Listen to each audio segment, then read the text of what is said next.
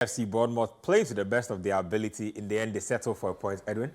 Well, I think they were very unlucky not to get away from this game with all 3 points. Obviously, they were the much better side. They had better chances. They failed to take those chances.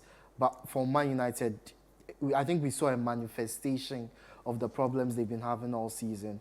First, individual mistakes, players not seeming motivated enough, the manager himself having a few issues, and a bit of luck there with that penalty, because personally, I don't think that was a penalty for Manchester United. I don't know if coach will share those opinions, but I think the ball hit one player, then ricocheted onto Adam Smith. Not enough time for him to react. Yeah. He actually seemed to retract his hand. And even though it did hit him, I don't think that was enough for a penalty. But at this moment, the pressure is going to keep increasing on Erik ten Hag. The results are not coming. I mentioned that the players, they seem to have stagnated in terms of performances. Not just the ones he has seemingly improved, like Garnacho, like Kobe Menu. Everyone seems to be at a level now that we don't see them reaching a certain, an extra level to help United out of sticky situations. And it's been 3 games now, 3 consecutive games where United's, the levels have dropped in key moments of the game. Against Chelsea, against Liverpool, when they were up again. And in this game against Bournemouth right from the start. Fortunately, they had Bruno, who was at or close to his best in this game. Otherwise, they would have been out of it. And when you have a manager starting to attack journalists or leave press rooms when certain questions are asked, you can tell that this pressure is getting to him. The beginning Eventually, of the end. it's going to get up to the people who make decisions that he's starting to crumble under the pressure. The players are not playing for him, or they are not able to reach the levels he needs to get a performance out of them. And eventually, they are not going to retain you in the job. And the players are going to know that. They are going to suspect that this is the thinking that is going to happen. Very soon, this manager is not going to be at the job. Why should I sacrifice myself for them? There's basically nothing to play for. I'm out of the Champions League places. Europa League, do I really want to fight for a Europa League place? No, I don't want to. So the season is just petering out for United. The performances aren't there. The results aren't following. And it seems as though Erik ten Hag is nearing the end of the rope at Manchester United. Whew. Yeah, I have a dissenting view. I think that this manager is the right manager for the job. Because, Still think so? Yeah, I really do think so. This team needs proper overhauling. That is where the problem is. If you look at the players he has brought, he's brought Onana. Onana clearly has shown that he's deserving to be in the goal. What has not gone right for Onana is the fact that he's not played with his steady back four.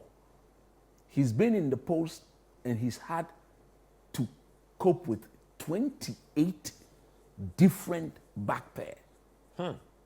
Okay, a back line in front of him. He's never had 28 different variations of their back line. of players in front of him. Definitely, there will be no chemistry there. And you don't blame the manager for that because of injury. 2, if you look at the body language of some of the players, look, if you are saying you are playing for Man United, Liverpool, and you need to be motivated by the manager, if I'm in charge, I'll sack you from the team quick.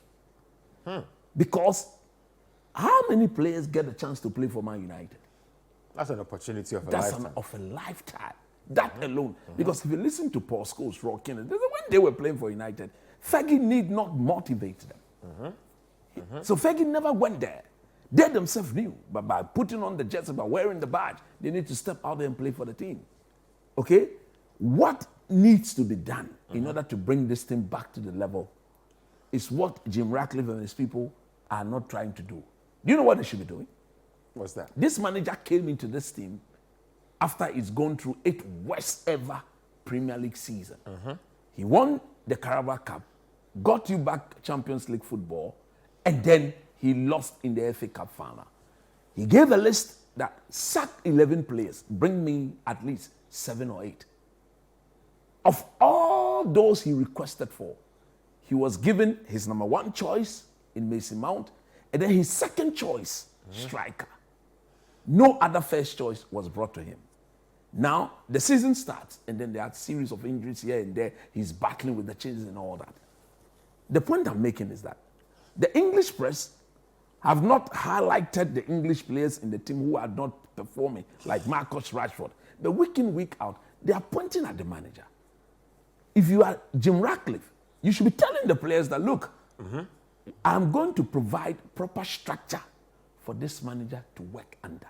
Whether you like it or not, he's the man for the job. If you refuse to back him and allow the English press to be telling the next moment his job is on the line, the players themselves begin to buy into it that, look, this man is not the man for the future, so then they down tools. And that's exactly what has happened. If you look at the goals they conceded there, how do you blame the manager for conceding such a goal? They were elementary, they were kindergarten stuff. And at this level, if you defend like that, you get beat. You can't tell me Onana is not playing for this manager. Dalot, you can't tell me he's not playing for this manager.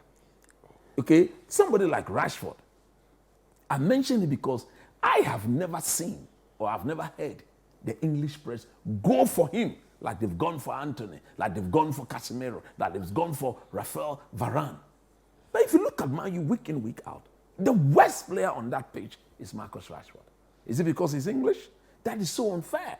So you get rid of Ten Hag. Whoever you bring will come and face the same problem. I've listened to Scholes, I've listened to Gary Neville, I've listened to Ray Rooney recently. He said, truth be told, most of the players need to leave the club.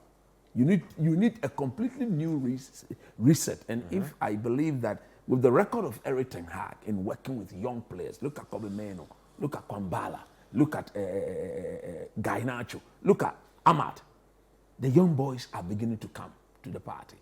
Trust him, give him a proper organogram to work with, know his level, get proper director of football, technical director, Berada and co, proper CEO who understands the game. When they come and they take over, this thing will get better. That is my view on it.